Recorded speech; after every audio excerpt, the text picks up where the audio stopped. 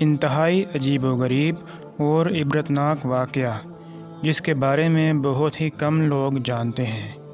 وہ دونوں جس جگہ پر گناہ کرنے لگے تھے وہ روئے زمین کا سب سے زیادہ مقدس مقام تھا۔ جیسے ہی انہوں نے گناہ کیا اسی وقت ان کے جسم پتھر ہونے لگے، ان کی روحیں قبض کر لی گئیں اور گوشت پوش کے جسم پتھر کے بنتے چلے گئے۔ اس وقت ان کے قریب کوئی بھی نہیں تھا، اس لیے جو کچھ ان پر گزری اس کے بارے میں خود انہی کے سوا کسی کو پتہ نہیں چلا تھا۔ یہ تاریخ کا انتہائی عجیب و غریب اور خوفناک ترین واقعہ تھا۔ وہ زندہ انسان جس میں سے ایک مرد تھا اور دوسری عورت تھی، عذاب الہی کے تحت پتھر کے بن گئے تھے۔ کچھ دیر گزری تو ادھر سے کسی کا گزر ہوا، اس نے ان کو دیکھا اور پہچان لیا۔ یہ بھی معلوم ہو گیا کہ انہوں نے اس مقدس و متبرک ترین مقام پر کیسا گھناؤنا کام کیا تھا جس کی فوری طور پر پکڑ ہو گئی تھی۔ لوگوں کا مارے غصے اور دکھ کے انتہائی برا حال ہو گیا۔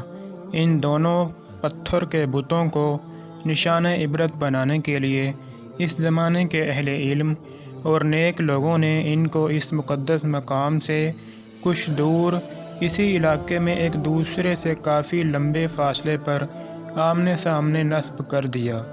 اس مقدس مقام پر عبادت کے لیے آنے والوں کے لیے لازم قرار دے دیا گیا کہ ان دونوں کے بتوں کو جوتے مارتے ہوئے گزرا جائے تاکہ دیکھنے والوں کے ذہنوں میں ان کا کیا ہوا گناہ تازہ رہے اور وہ اس واقعے سے عبرت حاصل کرتے رہیں۔ اب جو بھی اس مقدس مقام پر آتا وہ ان کو جوتے مارتے ہوئے گزرنے لگا۔ وقت گزرتا رہا، 100-150 سال تک یہی سلسلہ چلتا رہا۔ اس کے بعد کچھ وقت گزرا تو نئی آنے والی نسلوں نے آہستہ آہستہ ان بتوں کو جوتوں سے مارنا چھوڑ دیا۔ شیطان نے ان کے ذہن میں یہ بات ڈال دی کیونکہ یہ عبادت کا حصہ نہیں، لہذا ان بتوں کو جوتوں سے مارنا ضروری نہیں، بلکہ اس کی بجائے ان کو علامتی طور پر تھپڑ مار کر گزرا جائے، جس سے ان سے نفرت کا اظہار بھی ہوتا رہے گا اور ان کے کیے ہوئے گناہ کا خیال بھی لوگوں کے ذہنوں میں موجود رہے گا۔ گزرتے وقت کے ساتھ ساتھ یہ تھپڑ بھی ہلکی سی چپٹ میں تبدیل ہونے لگا اور پھر بالکل علامتی طور پر آہستہ سے ان بتوں کو چھو کر گزرنے کا سلسلہ شروع ہوا۔ شیطان نے ایک بار پھر ورگلایا۔ اب لوگ ان بتوں کو اس نیت سے چھوتے کہ وہ ان سے نفرت کرتے ہوئے تھپڑ مار رہے ہیں، لیکن ساتھ ہی دعا اپنی حاجات کے لیے دعا بھی مانگنے لگے تھے۔ شیطان نے ان کے ذہن میں بٹھا دیا کہ اگر تم ان بتوں کو نفرت سے چھوتے وقت دعا مانگو گے تو تمہاری دعائیں جلد قبول ہوں گی۔ یہاں شیطان کی شرارتیں دیکھ لیجیے، کیسے آہستہ آہستہ ذہنوں کو تبدیل کرتا ہے۔ جب لوگوں کی حاجات پوری ہو جاتیں تو شیطان ان کو سمجھاتا کہ حاجت اسی وجہ سے پوری ہوئی کہ تم نے بت کو چھو کر دعا کی تھی۔ وقت گزرنے کے ساتھ ساتھ آنے والی نسلوں کی سوچ بدلتی چلی گئی اور وہ اب ان بتوں کو چھو کر دعا ضرور مانگتے تھے، لیکن ان کے انداز میں ان بتوں کے لیے عقیدت اور احترام آنے لگا تھا۔ اور پھر وہ وقت بھی جلد آ گیا جب ایک بدبخت نے اس بت کے سامنے اس کی باقاعدہ مناجات کی اور اسی سے دعا مانگنے لگا۔ جوتے مارنے سے شروع ہونے والی داستان تھپڑ مارنے، علامتی طور پر چھونے، عقیدت سے چھونے سے ہوتی ہوئی باقاعدہ عبادت تک چلی گئی۔ اب ان دونوں بتوں کی باقاعدہ پوجا کی جانے لگی تھی، ان سے منتیں اور مرادیں مانگی جانے لگیں۔ بدی اور بدی کے عبرتناک انجام کی علامت اب دونوں بت خدا بنا لیے گئے تھے۔ ایک وقت آیا کہ ان بتوں کو سجدے کیے جانے لگے، ان کے سامنے قربانی کی جانے لگی اور ان کا شمار بڑے بتوں میں کیا جانے لگا۔ پھر یہ اندھیری رات اور زیادہ گہری ہوتی چلی گئی، جہاں تک کہ ایک دن رشد و ہدایت کا ایک سورج طلوع ہوا، جس سے وہ پورا خطہ و 4 ڈانگ عالم جگمگا اٹھے۔ دنیا سے جہالت چھٹنے لگی۔ ایک عظیم ہستی نے ساری دنیا میں ایک ایسا عظیم انقلاب برپا کر دیا تھا جس نے روز قیامت تک جاری و ساری رہنا تھا۔ ایک دن عرب کا وہ بادشاہ جو غریبوں کا والی اور بے کسوں کا سہارا تھا، فاتح بن کر اس مقدس زمین میں آن پہنچا۔ ان کی ایک نگاہ سے بت اور بت پرست ٹوٹ کر بکھرنے لگے۔ لوگ توبہ تائب ہو کر بتوں سے دور ہونے لگے۔ سب کو اپنے سچے خالق و مالک کی پہچان ہونے لگی۔ ہزاروں سال سے یہ پیاسی زمین، یہ کرۂ ارض ہدایت سے سیراب ہونے لگی۔ زمین و آسمان کی مخلوقات نے حیرت سے اس عظیم الشان انقلاب کا منظر پہلی بار دیکھا تھا۔ ایک دن آپ صلی اللہ علیہ وآلہ وسلم اپنے سب سے پیارے ساتھی حضرت علی رضی اللہ تعالیٰ عنہ کے ساتھ خانہ خدا میں داخل ہوئے۔ سب لات منات کے بت توڑے جانے لگے۔ بتوں کے ٹکڑے اڑ رہے تھے اور ان کو پوجنے والے جو اپنے سچے رب کو پہچان چکے تھے، دیکھ کر اپنی سابقہ گمراہی پر پچھتا رہے تھے۔ آپ صلی اللہ علیہ وآلہ وسلم بتوں کو ریزہ ریزہ کر رہے تھے اور ساتھ ساتھ یہ آیت بھی دہراتے جا رہے تھے کہ حق آیا اور باطل مٹ گیا۔ بے شک باطل مٹنے کے لیے ہی ہوتا ہے۔ اس کے بعد آپ صلی اللہ علیہ وآلہ وسلم ان دونوں انسانی بتوں کی جانب متوجہ ہوئے جنہیں کئی سو سال پہلے ایک گناہ کی پکڑ میں پتھر کا بنا کر نمونہ عبرت بنا دیا گیا تھا۔ مرد کا بت صفا کے مقام پر نصب تھا اور عورت کا بت مروہ کے مقام پر۔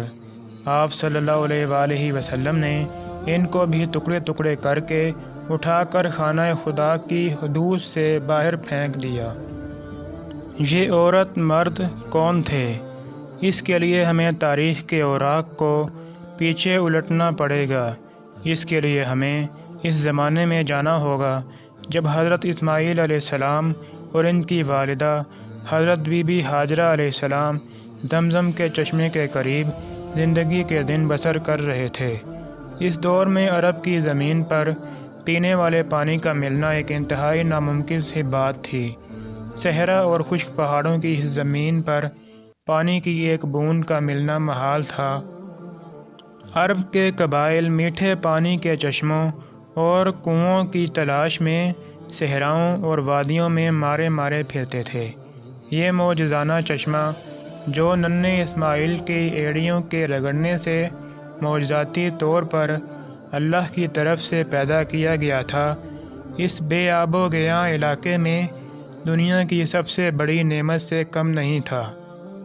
اور ایک قبیلہ جو بنی جرہم کے نام سے تاریخ میں مشہور ہو گئے، وہ بھی میٹھے پانی کی تلاش میں صحراؤں کی خاک چھان رہا تھا۔ انہوں نے جب دور سے پرندوں کو اڑتے دیکھا تو ان کو حیرانگی ہوئی، کیونکہ صحرا میں پرندوں کا پایا جانا پانی کی علامت تھا۔ چنانچہ وہ سارا قبیلہ اسی جانب چل پڑا۔ انہوں نے جب ایک خاتون اور چھوٹے سے بچے کو اس ٹھنڈے میٹھے پانی کے چشمے کے قریب دیکھا تو وہ بہت حیران بھی ہوئے، اور اس علاقے میں جہاں پانی کا نام و نشان تک نہیں تھا، اللہ کی قدرت سے ایک چشمے کو رواں دواں دیکھ کر بے حد حیران ہوئے۔ انہوں نے حضرت بی بی ہاجرہ علیہ السلام سے اس چشمے کے قریب رہائش اختیار کرنے کی اجازت مانگی۔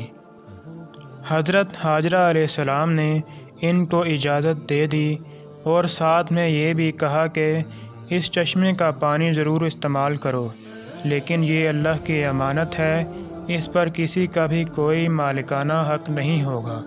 قبیلے والوں نے اس شرط کو قبول کر لیا اور یہاں پر ہی آباد ہو گئے۔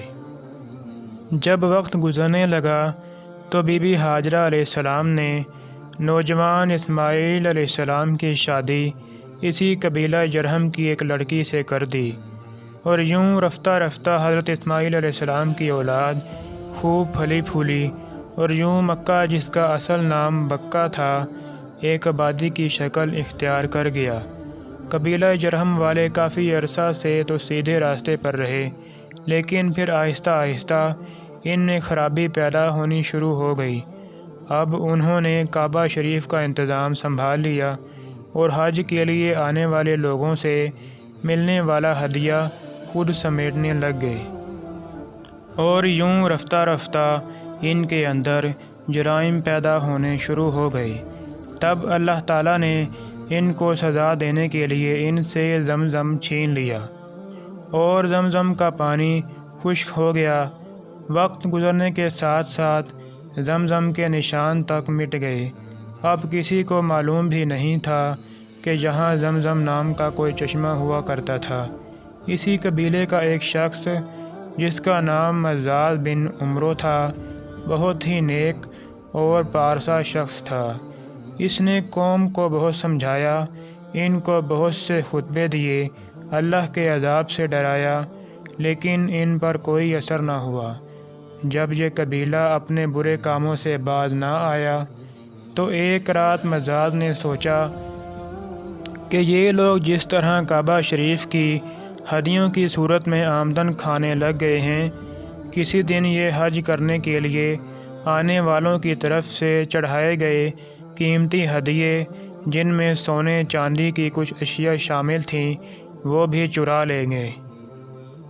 انہوں نے رات کو اپنے بیٹے کو ساتھ لیا اور کعبے کے اندر موجود سونے کی قیمتی ہدیے اٹھائے، اور جس جگہ زمزم کا چشمہ ہوا کرتا تھا اسی جگہ کھدائی کر کے یہ سب قیمتی ہدیے وہاں چھپا دیے۔ اب جیسا کہ اللہ تعالیٰ کسی قوم کے بگڑے پر اس قوم کو کسی دوسری قوم کے ہاتھوں عذاب دیتا ہے، اس قوم کو بھی عذاب دینے کا فیصلہ کر لیا گیا، اور ایک اور قبیلے بنی خزاعہ کو ان پر مسلط کر دیا۔ بنی خزاعہ والوں نے بنی جرہم کو مار مار کر مکے سے نکال دیا۔ ان کے قبیلے کے کثیر تعداد میں افراد کو قتل بھی کر ڈالا، اور یوں لٹے پٹے بنی جرہم یمن میں جا کر آباد ہو گئے۔ اسی زمانے میں اس قبیلے کے ہاں ایک لڑکے اور لڑکی نے جنم لیا۔ لڑکے کا نام عیسیٰ بن یلا تھا اور لڑکی کا نام نائلہ بنت زید تھا۔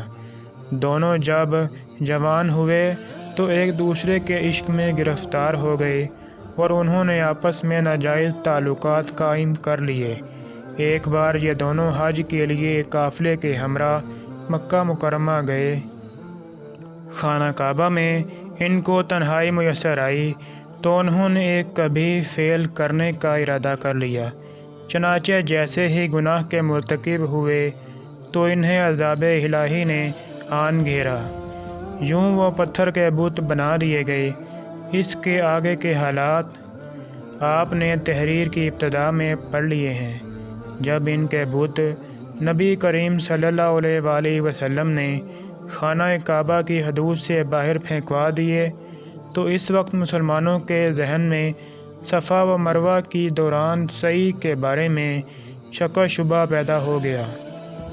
وہ سوچنے لگے کہ کیونکہ صفا و مروہ پر دونوں کے بت پہلے نصب تھے جن کا طواف جاہلیت کے زمانے میں کیا جاتا تھا، لہذا اب ان کا صفا و مروہ کا طواف کہیں ان بتوں کی یاد میں طواف ثابت نہ ہو، جس کی وجہ سے ان پر بھی اللہ کا عذاب نازل نہ ہو جائے۔